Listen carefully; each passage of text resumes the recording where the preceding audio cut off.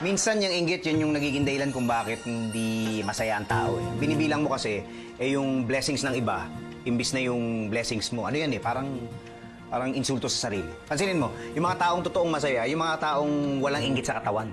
Hindi kasi pwedeng magkasabay yung inggit at saka yung saya. Kaya ikaw, mamili ka na lang. Gusto mo bang mainggit o gusto mo maging masaya?